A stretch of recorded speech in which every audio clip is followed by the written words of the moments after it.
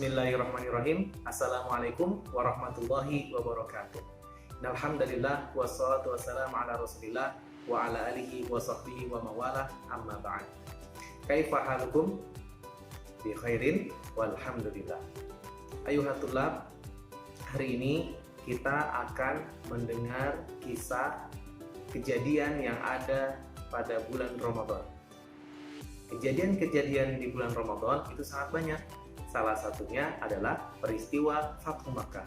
Apa itu peristiwa Fathu Makkah? Yaitu pembebasan kota Mekah.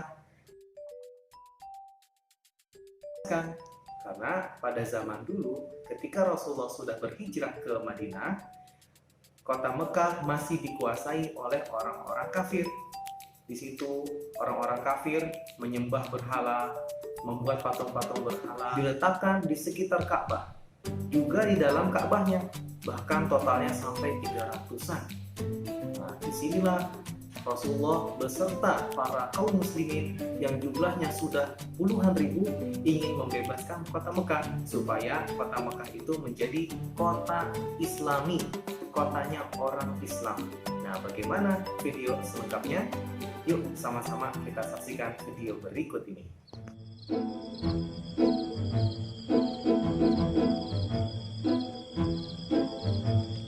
Nah, anak-anak, alhamdulillah, malam ini cukup cerah.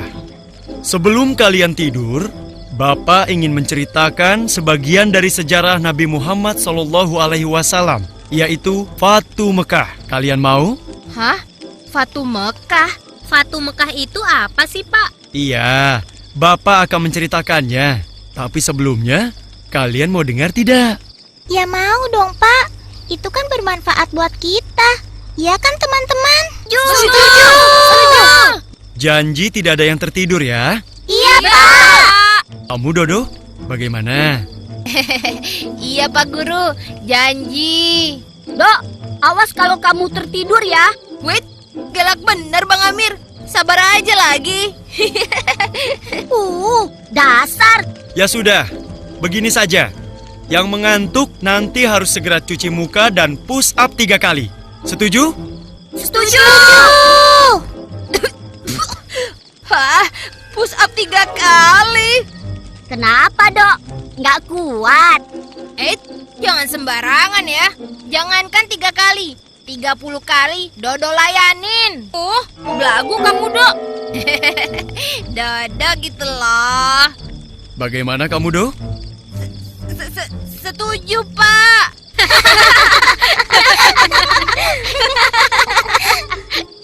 Baiklah, Fathu Mekah adalah peristiwa pembebasan kota Mekah oleh Nabi Muhammad SAW beserta kaum muslimin dari cengkraman orang kafir Quraisy. Terjadi pada tahun 630 Masehi atau bertepatan dengan 10 Ramadan 8 Hijriah. Ketika itu, Rasulullah SAW dengan kekuatan tidak kurang dari 10.000 orang pasukan berangkat dari Madinah setelah asar. Ini adalah sebuah operasi militer rahasia yang tidak diketahui orang-orang kafir Quraisy di Mekah. Pak Guru, apa penyebabnya sehingga Nabi mengerahkan pasukan sebesar itu? Awalnya adalah tindakan pengkhianatan dari orang-orang Bani Bakr terhadap perjanjian damai Hudaibiyah yang disepakati oleh kaum muslimin dan kafir Quraisy. Pada suatu malam, di satu tempat dekat mata air bernama Al-Watir, sekelompok orang dari Banu Khuza'ah yang merupakan salah satu suku pendukung dan pembela Nabi Muhammad SAW tengah beristirahat. Sebagian dari mereka ada yang tertidur, sebagiannya lagi ada yang tengah melaksanakan sholat. Namun, tanpa mereka sadari, di balik rimbunan semak dan pohon, ada mata-mata yang mengintai. Kalian siap? Siap! Lalu malam yang sunyi itu pun dipecahkan dengan teriakan keras. Serang!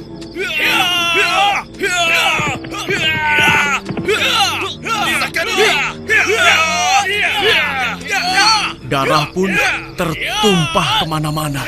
Namun, semua itu tidak menyurutkan kekejaman kelompok penyerang. Mereka terus mengayunkan pedang ke sana kemari, membabi buta. Siapa yang menyerang, Pak Guru? Mereka adalah orang-orang Bani Bakr yang dibantu pasukan dari kafir Quraisy. Banu Kuza'ah tidak melawan. Mereka melawan, namun karena kalah jumlah dan persiapan, akhirnya mereka pun terdesak hingga ke Mekah. Syukurlah, ada salah seorang dari Bani Kuza'ah yang bernama Amir bin Salim berhasil meloloskan diri dari kepungan. Hah? Ada apa ya? Iya, itu siapa ya? Ya Rasulullah! Ya Rasulullah! Ketika sudah berhadapan dengan Nabi, Amir bin Salim menceritakan seluruh kejadian yang menimpa dirinya dan Bani Kuza'ah. Maka, Amir bin Salim pun meminta bantuan Nabi untuk menghukum kaum kafir Quraisy. Dan Rasulullah pun menjawab, "Engkau pasti akan ditolong, wahai Amir bin Salim." Tiba-tiba, saat itu muncul mendung di langit. Lalu beliau bersabda, "Mendung ini akan memudahkan pertolongan bagi Bani Ka'ab." Nah, inilah yang menjadi awal pengiriman pasukan kaum muslimin ke kota Mekah. Nabi Muhammad SAW memasuki Mekah dari dataran tinggi Qida dan memerintahkan Khalid bin Walid bersama pasukannya agar memasuki Mekah dari dataran rendah Qida. Akhirnya, kaum muslimin memasuki Mekah tanpa mendapatkan perlawanan, kecuali Khalid bin Walid. Ia menghadapi sejumlah kaum musyrikin yang di antara mereka terdapat Ikrimah bin Abu Jahal. Khalid memerangi mereka dan berhasil membunuh 24 orang dari Quraisy dan 4 orang dari Khuzail. Nabi Muhammad SAW mulai memasuki kota Mekah dengan menunggangi unta dan mengenakan sorban berwarna hijau di tubuhnya. Rasulullah terus menundukkan kepalanya menyentuh punggung unta. Inilah bentuk sikap merendahkan diri kepada Allah Subhanahu wa Ta'ala. Beliau menyadari betul, hanya berkat pertolongan Allah sajalah semua ini bisa terjadi. Lalu, apa yang dilakukan Nabi setelah itu, Pak Guru? Selanjutnya, Rasulullah SAW bersama-sama Muhajirin dan Ansor menuju Ka'bah.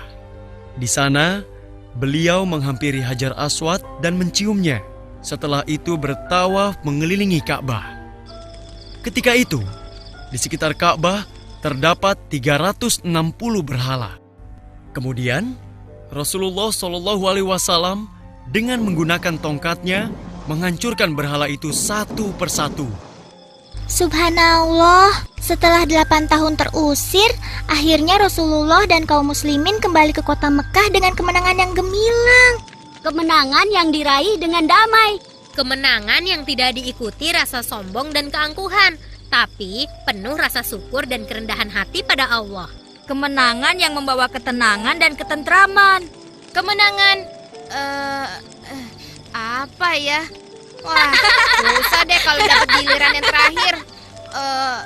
Aduh, apa ya? Nah, kemenangan yang menandai bahwa tugas Nabi mau selesai. Hah? Jangan asal kamu, Dok. Iya nih, nggak pakai mikir kalau ngomong. Kalian jangan marah dulu. Apa yang dikatakan Dodo bisa jadi benar juga. Hah? Maksudnya, Pak? Begini. 3 tahun setelah Fatu Mekah, tepatnya pada tanggal 12 Rabiul Awal tahun 11 Hijriah, Rasulullah SAW pun wafat. Meski masih ada beberapa peristiwa penting dalam kurun 3 tahun itu, namun dapatlah dikatakan peristiwa Fatu Mekah adalah salah satu tonggak terpenting dalam perjalanan dakwah Nabi. Inilah puncak kemenangan kebenaran atas kebatilan. Tuh kan, Dodo gitu loh.